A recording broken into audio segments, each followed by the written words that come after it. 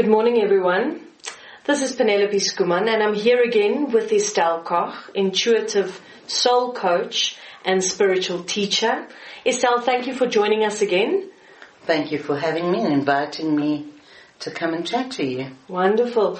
So today we want to focus on the Indigo children, or the Millenials, as they are also called by some people. There's a lot of misunderstanding with regards to how to deal with and understand the newer generation that has come into our lives. They are so different to any other people that have walked this earth, if that makes sense at all. Can you give us a brief description about who are these Indigos or the Millenials? And especially for parents, how would they go about to understand them and deal with them in their daily lives? Yes, Indigos, Millennials, call them what we want to. They are some of the most beautiful, pure souls that I have had the pleasure of encountering. We speak about the Indigos really as Indigo children. It's how they've been referred to. And these are children or people who have come into the earth from the mid-1980s to early 1990s. That was the time when we really started seeing these new beings come in and start working amongst us. I remember at that time, in the early 90s, people saying to me, these children are going to change the world. They started changing the world from the time they were born because they were different from the time they were born. And already from that time on, their parents had to find new ways of parenting. And simply by virtue of that, they have already changed the world. When we speak of the Millennials, those are really the Indigos that have grown up and are now coming into adulthood, young adults, people that we are seeing already making a very big impact on the world. In terms of what the Indigos as such means, what does that refer to? I know that there are many people in the spiritual world who says that they have indigo auras. I'm not very good at seeing auras. Visually, I do struggle a little bit with seeing things and seeing people and seeing auras, but I certainly perceive them, I certainly feel them, and indigo has never been a color for me that describes them. For me, when I think of them, when I encounter them, what I see is a lot of light. I do, however, know that they have entered the world on the indigo ray, and there are various rays that have been important in the evolution of the planet, but that is that's quite an intricate topic, and one that is certainly not going to be entered into here today. Having said all of that, we can have a look at these children when they started coming in. What were the differences? What were the characteristics that we saw with them? First and foremost, they are very, very sensitive. As babies coming in, as young children, they're very sensitive, not only to people and environments, but also to their food.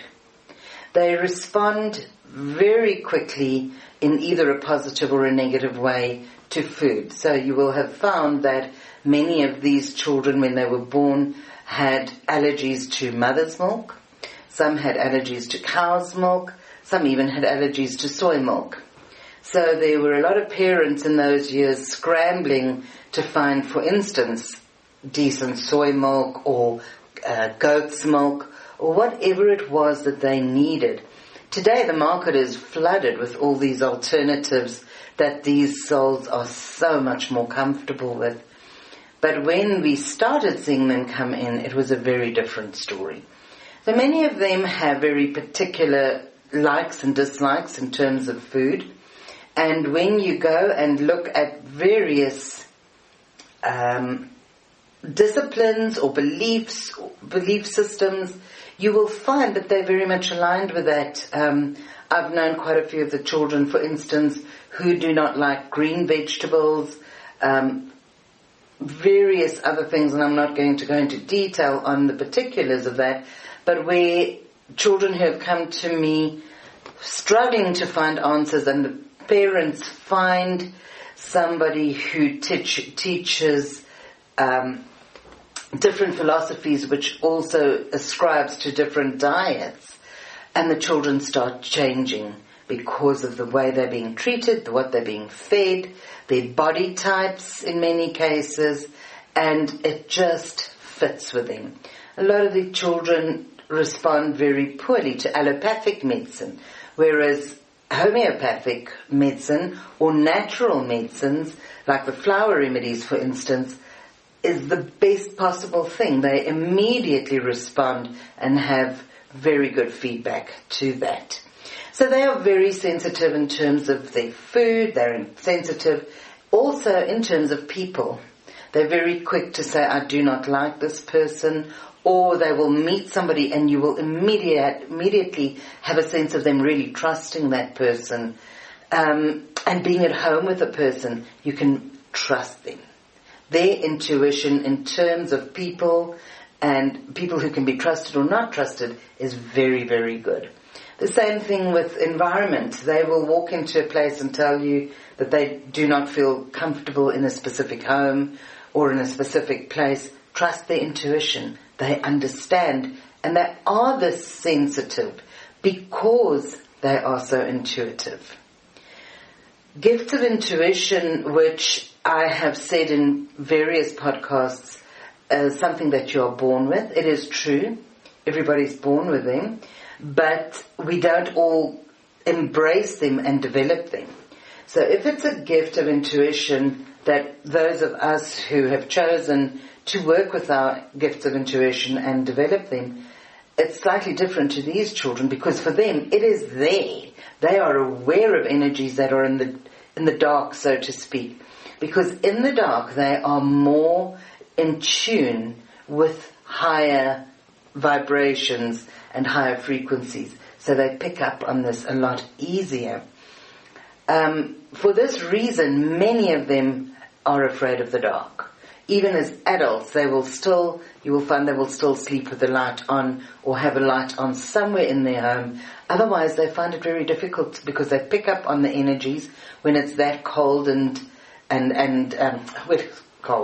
it's that dark and quiet, because all the external senses are switched off. So in that moment, the internal senses are heightened and switched on. So they become much more aware of all the energies around them. All of this leads to them also their intuitive nature, because they don't have intuitive gifts, they have an intuitive nature, which is why people will say to you that they are ADD or ADHD. You know, when we meditate, if you get used to the idea of meditating, and you come out of a meditation, it feels like all your senses are heightened because you've sat down, you've been focused, you've really tuned in. These children seem to go through life in that state.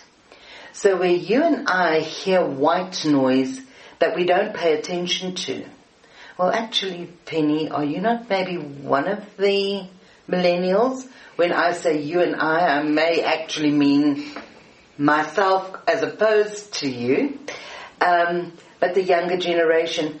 This is something that is there. For me, it's a white noise. I'm not even aware of it.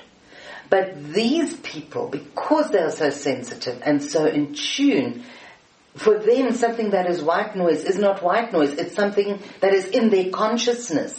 And that is why they appear to be ADD. It's not that they cannot focus. It's that there's so much coming at them. They hear it so much more clearly than those of us who have not been trained to hear things that clearly, or those of us who have learned to make the time available to hear things more clearly or feel things more clearly. For them, they're highly attuned to sounds, to sights, to smells, to all the senses, which is one of the reasons why they appear ADD. Because their attention does go everywhere, but that is because the impulse and the input around them is so much more. If that makes sense to you. Makes a lot of sense. So, yes, that spiritual and intuitive connection that they have also means that they have information on tap. They are connected to a wise energy, to their soul's energy. Many of us have learned to shut that down. Many of us have learned to shut down our intuition.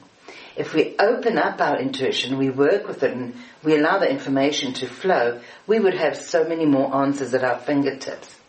And it is for this reason that these young people, children at the age of 6 or 8, appear as old souls, wise old souls. I've known a mother going through a divorce being told by her 8-year-old, "Mom, why are you worried that you are going to lose Dad? He's never belonged to you." Wow. And the mother stands there astounded because where does this child come from? How does this child know something that she knows but does not want to acknowledge and has certainly never spoken about? In my very own life, I have experienced my son at the age of 6, anything from the age of 6, 8, 10, where I would say something but do the opposite, and he would pull me up by my bootstraps and say to me, "Mom, you are not walking your talk." He has never hesitated calling me on anything that I do or say that is not in alignment with who I choose to or profess to be.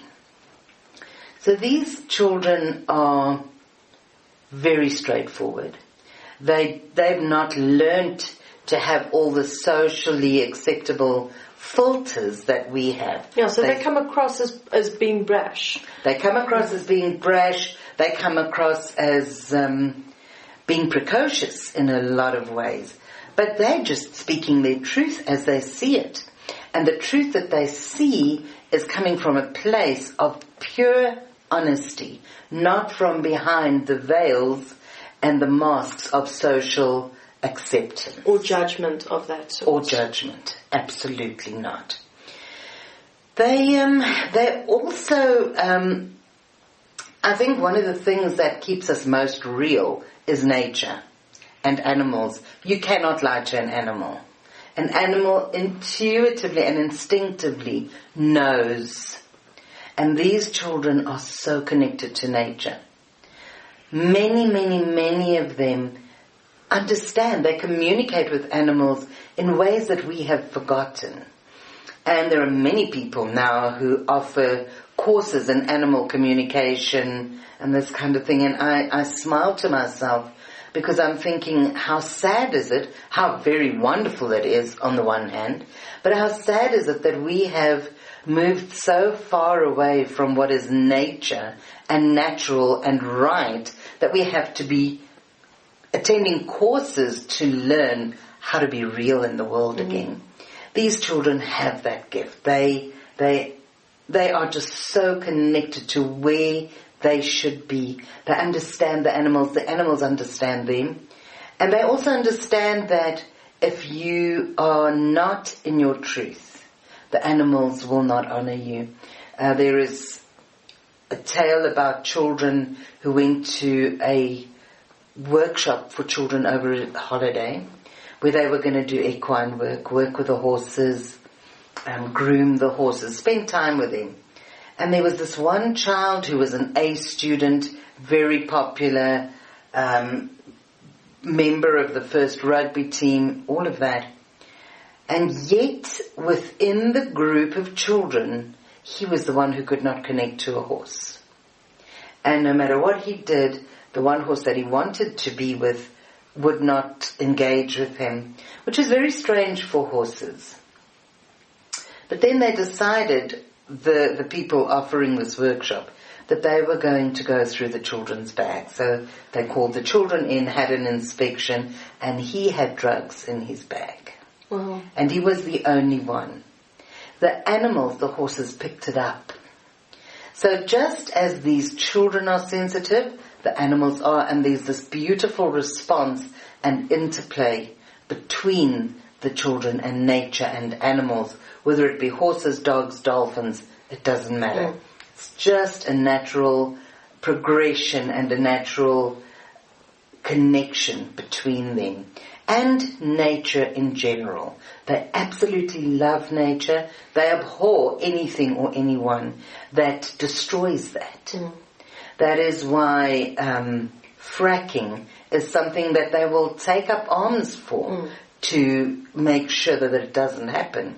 There's a lot of things going on in the world where these young people will stand up and make their voices heard. They are loners. We find that many of them are basically loners. They like to be alone. They need to have a space that is their own where they can isolate themselves. And it's quite interesting that a very large group of them will make friends at school, in junior school, and have only those friends going through life. They will have 2 or 3 friends from a very, very young age that they will be committed to in friendship, and they will always be there for one another. It just is there. It's a very natural thing. Yet, having said that, they are very popular.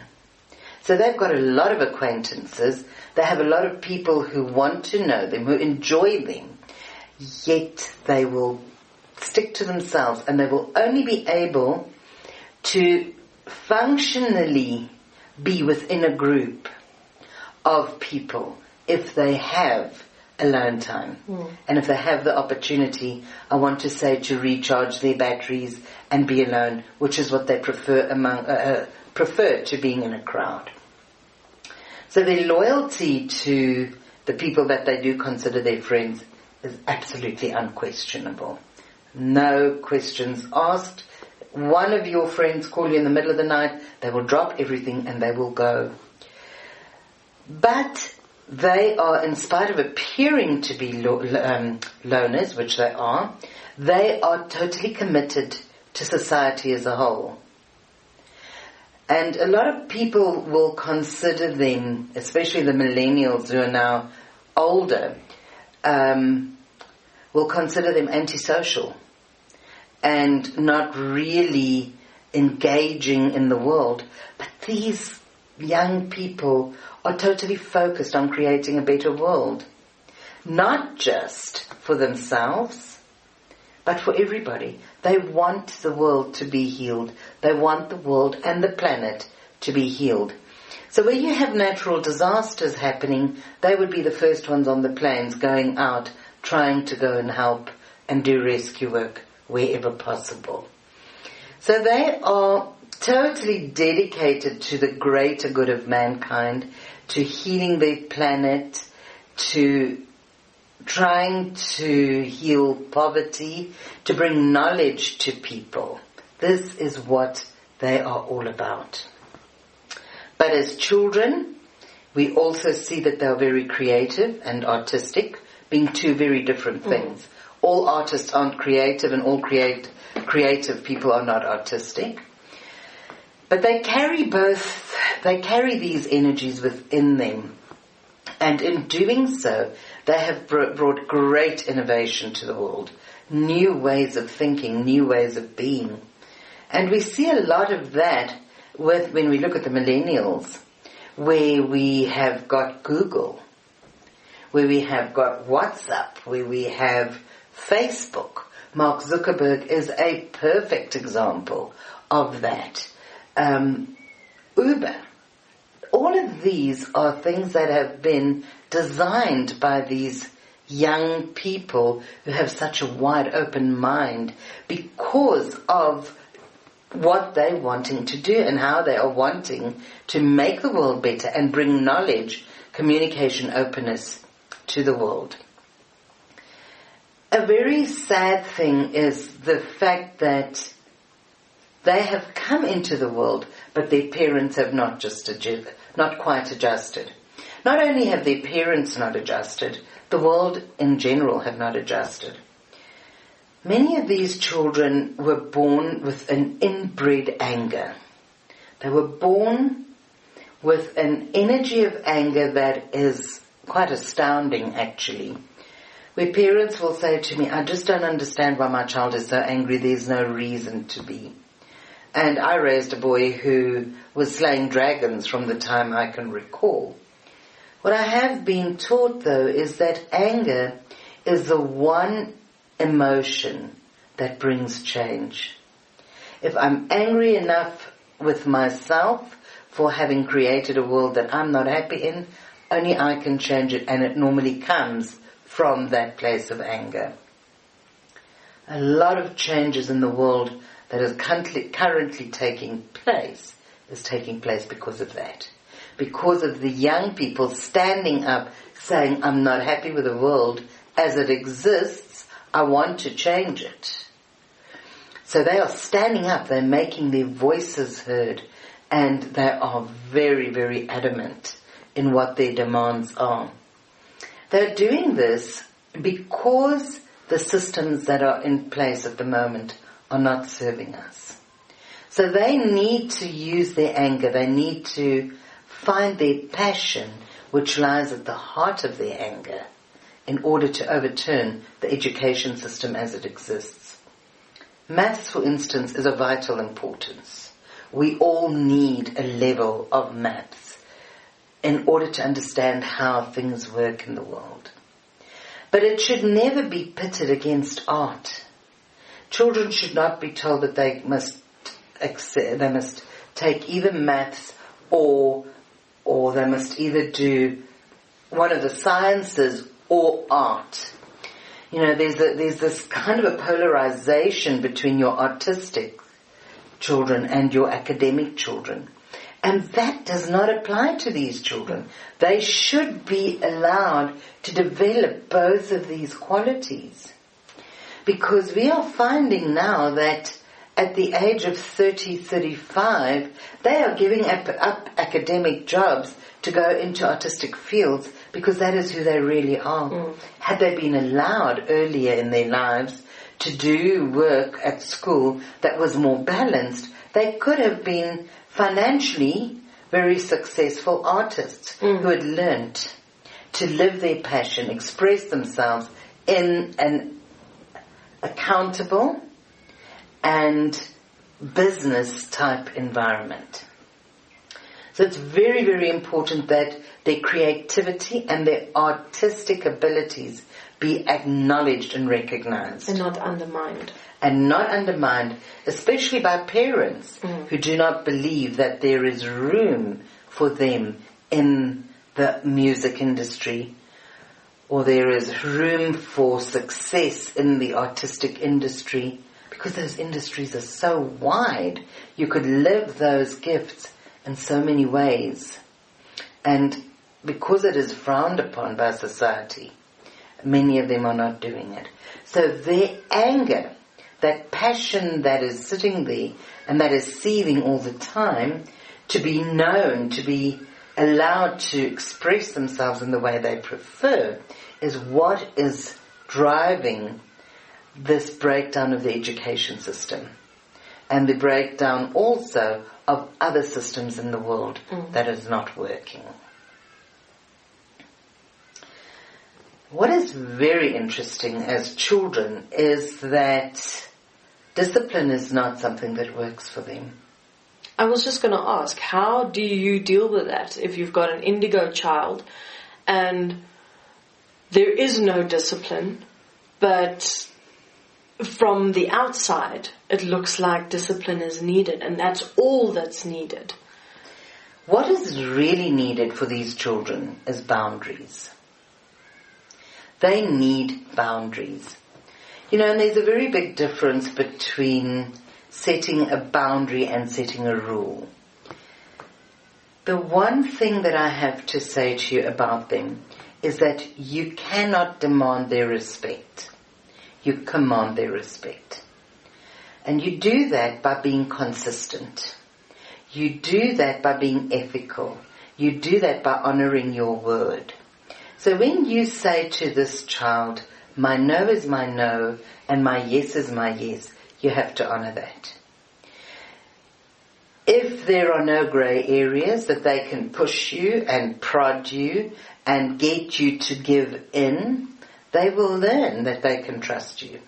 And they will then learn that the boundaries which you set for them in terms of what other people may consider discipline creates a safe space within which they can be free. The sad thing is that, and specifically, and I need to say this, because there's a bit of a dichotomy here. You have fathers who believe that things should be done in a specific way, and therefore are very strict and want to confine their children to how things should be done. So the father wants to set these rigid rules, and on the other side you have mothers who understand these children better. And they want to compensate for the father being so rigid, therefore they don't really uphold the so-called rules. Whereas if the mother and the father could truly speak, understand one another, and understand through that communication who these children are, and in doing that create boundaries, gentle, soft and real boundaries for their children will flourish. Because they will, one of the first things that they will take advantage of is disagreement between parents. The minute they see that if dad says no, ask mom, I can get away with it, or don't even bother asking dad, just go straight to mom, they will take advantage of that. But if they see that mom and dad's relationship is solid, I cannot play the one against the other, and their yes is their yes and their no is their no, they will feel safe and they will not need to test the boundaries all the time. So as parents, we need to give a little. We need to understand a bit more about them. We need to understand that their needs are slightly different, and their needs are different for various reasons, which I will come back to. But those boundaries will in and of itself set a discipline within which they can operate. If I teach them by virtue of who I am to respect me, that respect will be carried out to other people as well. Because I will teach the children to respect me by respecting them. And that's very different to a situation where do as I tell you, not as I do. Because then there can be no respect. So that is very, very important, that we understand that true discipline in all of our lives comes from the inner power, our inner power. And if we own that power, we will inspire that expression of self-worth and inner power. We will express that in our lives, and we will inspire our children to grow that and develop that within themselves. So that is very, very important. And what I have found quite interesting is so many of the teenagers who go through very difficult times, because we see a lot of these teenagers saying, I don't belong. I don't want to be here. This earth is too hard, and threatening to commit suicide. Depression and suicide is very high amongst them because they feel that they are not understood, because they feel that they are not heard. I believe, and I'm talking under correction here, but I do believe that it has been said these children are where they are because they're not being heard. Nobody listens. We want to talk to them, we want to talk at them, but we do not listen to them with the necessary respect and the necessary time made available. And Marilyn Manson is one of the first people who, when he was asked what he would say to the children who committed those murders where his name was thrown around so recklessly, he turned around and said, I would say nothing. I would listen, because nobody does. So we have a lot to learn from him, who is probably a forerunner of the Indigos and the Millennials. So that is also very important. Another thing is that these children are highly intelligent. And in that there is a big issue. Because they're highly intelligent, they really battle to portray this intelligence in their academic work. Because the academic work that they are being given, my own son, when he was at school, came home with assignments about suicide amongst teachers, amongst teenagers, and I'm thinking, are you crazy? Why are you wanting these children to do this? Give them assignments about music. Give them assignments about nature. Give them uplifting stuff. These are beautiful beings. Why are we doing this? So we are sitting with highly intelligent beings who have access to the internet, who have access to knowledge that the majority of us never had. So not only are they highly intelligent, they also have at their fingertips the information that they need. And when they are tested in terms of their IQ, you will very often find that their academic IQ is very average, whereas their verbal IQ is off the charts. Highly, highly intelligent beings who can hold their own in any conversation with any adult. In fact, very often they prove people wrong who will argue with them because they have the facts, which is a very big problem in the business world, because these children walk into the business world with a lot of knowledge. They may not have the emotional maturity to know how to apply that knowledge. But because we want to put them in boxes of being young, and therefore they don't know, we shut down their ability to teach us and our ability to teach them. So where we are coming out of a corporate industry of hierarchical structures, these young people want to operate in a much more level, horizontal structure, where I bring the knowledge, you may bring the experience, but I have fresh knowledge, I have new knowledge. Let's work together as a team to develop this. It makes it very hard for the older people to accept, because they want to stay in their hierarchical patterns. They want to stick to what worked for them, and they find high risks in what these young people want to implement or recommend. Yet, when they give them the opportunity, they will never look back.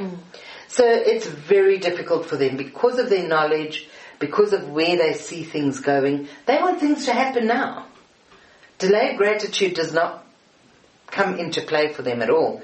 They want to walk into a company today and preferably be the MD next month. That is not going to happen because they have a lot to learn. But by the same token, if we could just stand back and hear them, everybody would stand to win. And they would grow, and our businesses and we as people would grow, because we honor and accept what they have to bring. What is very interesting is that from the late 1980s to early 1990s, many of these children were born via cesarean section. And if you understand the chakra system, cesarean section comes out of this second chakra, the sacral chakra, which deals with one-on-one relationships. And that is the world that they're being born into. They're not born into a tribal world where their relationship with spirit, for instance, happens through a congregation or through a minister.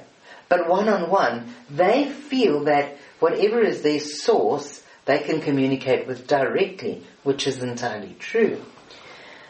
But they do not conform to the norms, to the guidelines, and to the judgments of the tribe. For them, the tribe is a place where they can go to learn. It can be a place of reference for them, but it certainly is not a place of being. Certainly, they're not going to get caught in the trappings of their tribe. They are their own people. They have their own trademark. They know who they are. And they choose to stand in that. So they will learn from the tribe, they will look at the tribe, they will measure their thoughts, their feelings against the values of the tribe. But ultimately, who they are and how they will express that comes from their own being. Which is also why many of them have chosen to come from single-parent families, where a parent will have been involved. I always say it's either a womb or a sperm donor, because many of these children have no idea who their parents are. They will have a mother, and in some cases they will have a father where the mother has lived either through death or through choice not to be in the relationship anymore. But they will have one strong parent, and then at some point later in their lives they will connect with another person who will then afterwards possibly become a step parent, or who will become a step parent and they will then connect with them. So they tend to draw into their lives the people they need, the people whom they need to heal issues with, so that they can fulfill their destiny. So they find, because of being so strong, they have a very strong sense of who they are. They have a very strong self-esteem, and they have a very strong sense of entitlement because of the mothers, specifically, who want to encourage them, who tell them they can be who they are, who tell them how special they are. When we were growing up, we were told that we were good enough, we were beautiful enough, we were special enough, but by the same token, you have to work hard for everything you have. Everything had to be hard work. Nothing will just fall in your lap. Those were the things we were taught. These children were taught, you can manifest anything you want. And you are very special. You are beautiful divine beings. You can be anything you want. The problem is that very many of the parents never said, you have to choose A, what you want, and B, have to work at it. And then everything else will come together. So there is a little bit of a fallout there, that there are many of these young people who do not know who they are, where they're going, and what they want to be. But when they get to their late 20s, early 30s, all of that seems to shift, and everything does seem to come together. And then a lot of things are much better. Because of their desperate need of being accepted and their need to move fast, they will always move from one thing to the next. They will take out of a situation what they can and move on to the next. And then take and move on. This happens in so many aspects of their lives. It happens in jobs. So when in the past, if you did not have a steady, if I may call it, income, or a job, if you looked at your CV, you had to be with companies for 5 years or more to be seen as trustworthy and stable. These children or young people don't do that. They move from the one opportunity to the next. I'm here, I take what I can, I give in exchange, and I move on. And that happens in a lot of instances. It also happens because many of them went and studied because their parents expected it of them. Many of them did not know who they were. They did not know where they were wanting to go and what they wanted. So they step into the business world and all of a sudden they find out that they're unhappy. And they have to now find out who they are. Having done that, they will move on to the next place where they can either find something else if that was not for them, or develop further in what it is that they want to have. So yes, they're impatient. They're very impatient. They want to be the director of the company within the first, let's be fair on them, say 6 months. They want to be heard, but then they do have something to say. And if they are being ignored right now, they do not hesitate to use technology to make themselves heard. So they also know exactly how to generate money. Because money for them is something that has no value. It's literally a case of that, if you love something, set it free. And with that, they don't worry about money. They will come and tell you that they want a car and it's only 100,000 when you're not even earning anywhere near what qualifies for that. But because they don't have a strong attachment to money, they draw the money. They've always got money, they always find ways of making money, and they understand that it's an exchange of energy and nothing more. The result of this is that many of them will have more than one job. So they may do either one very big job which brings them good income, or they will have 3 or 4 smaller jobs that when added up together brings them a good income. A, because they get bored very easily. B, because they can do it. C, because they need the money. And D, because they become very bored very quickly, so a bit of diversity certainly does help. It's important not to tread on their dreams, and they have many of those. It's important to accept that Mark Zuckerberg had dreams, and look what they are today. All of these people dared to dream, and in doing that, they have brought us a beautiful world, a world that is vastly improved on many levels, as opposed to other aspects of the world that is not. But there's more to be grateful for with what they have done than anything else. And we need to understand, they've grown up with economical factors, they've grown up being told they have to have jobs. But they're unavailable. So where do they go? They go back to their parents, because many of them have gone to study because their parents expected it of them, so they went and studied the first thing that came to mind. Now that they've finished, there's no jobs available. These young people have gone through tsunamis, they've gone through air raids, they have gone through HIV AIDS, they've gone through so many disasters that, the mind boggles when you think of it and you see it written down on paper and you think, wow, in their short lifetimes they have been around. So it is because of that there's such a sense of urgency. It's because of the knowledge that they have that there is such a sense of urgency. So it's important that we respect and understand their judgment. It's important, not their judgment, their views on things. It's important that we understand that we need to listen to them. We need to hear what it is they want to communicate. But it is also important that we understand our role in terms of guiding them, and that we have to stand up for what is safe or not safe, what is good or not good, what is bad or not good. And we need to be able to say, it is good for you because of X, Y, Z, not because I said so. That is vital. The other thing that we see with them is that they have what they call a shared economy. And this comes from coming out of a recession, coming out of a place of poverty, where they don't want to see people in that way anymore.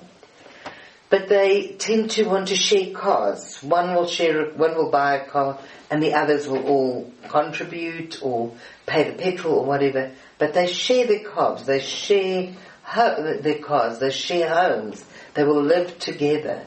And many of them, which is why they're called the boomerang generation, will go back home. Become a part of that.